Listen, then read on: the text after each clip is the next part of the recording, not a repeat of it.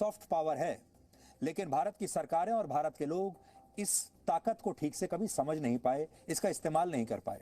लेकिन भारत से 5000 किलोमीटर दूर दक्षिण कोरिया अपनी सॉफ्ट पावर का इस्तेमाल करना अच्छी तरह से जानता है। दक्षिण कोरिया की इस नई सॉफ्ट पावर का नाम है के पॉप, यानी कोरियन पॉप। और आज की तारीख में इसके सबसे बड़े ब्रांड एम्बेसडर हैं बीटीएस, यानी बैंगटन बॉयज।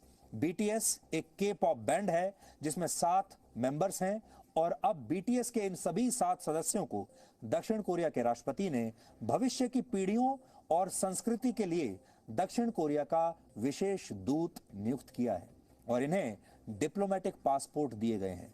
दक्षिण कोरिया के राष्ट्रपति मून जे इन इसी महीने अमेरिका के न्यूयॉर्क में संयुक्त राष्ट्र की 76वीं महासभा में हिस्सा लेने जाएंगे और उनके साथ बीटीएस बैंड के ये सदस्य भी होंगे।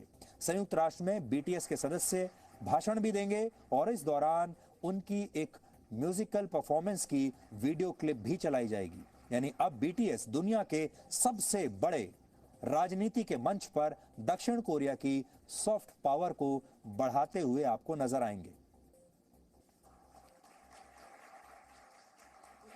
तो जो तस्वीर आप देख रहे हैं, कोरिया के राष्ट्रपति उन्हें डिप्लोमेटिक पासपोर्ट दे रहे हैं, पेपर दे रहे हैं, उनके कागज दे रहे हैं और एक फाउंटेन पेन उन्हें दे रहे हैं।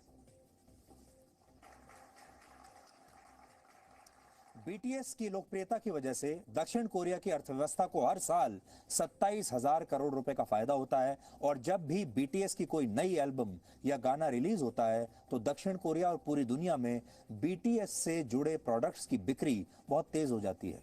बीटीएस से आकर्षित होकर हर साल 8 लाख लोग दक्षिण कोरिया घूमने के लिए जाते हैं, जो दक्षिण कोरिया में आने वाले पर्यटकों का 70% है। सोचिए, एक म्यूजिकल बैंड दक्षिण कोरिया में आने वाले पर्यटकों को अपनी तरफ इस हद तक खींच रहा है कि उनका शेयर 70% हो गया। इतना ही नहीं, बीटीएस के सदस्यों के लिए दक्षिण कोरिया की सरकार ने पिछले साल अपने देश के 63 साल पुराने कानून को भी बदल दिया था। इस कानून के मुताबिक दक्षिण कोरिया में 18 से 28 वर्ष की उम्र के युवाओं को अनिवार्य रूप से 20 महीनों के लिए वहां की सेना में अपनी सेवाएं देनी होती हैं। पिछले साल ही बीटीएस के सदस्य जिनका नाम है जिन, वो 28 वर्ष के हो गए थे और अगर ये कानून नहीं बदला जाता तो जिन को बीटीएस छोड़ना पड़ता और सेना में शामिल होना पड़ता। लेकिन दक्षिण कोरिया ने इस कानून में बदलाव किया और यह नियम बनाया कि के पॉप स्टार्स को इसमें 2 साल की छूट और दे दी जाए।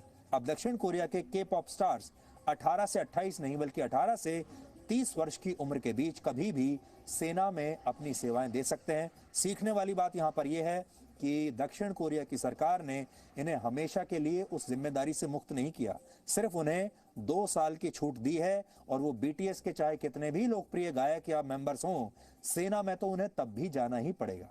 हम ये चाहेंगे कि भारत जैसे देश को भी इसी तरह हमारी जो संस्कृति से जुड़ी चीजें हैं, चाहे वो संगीत हो, चाहे वो कला हो, चाहे वो खेल हो, कुछ भी हो, चाहे वो हमारी फिल्म इंडस्ट्री ही क्यों ना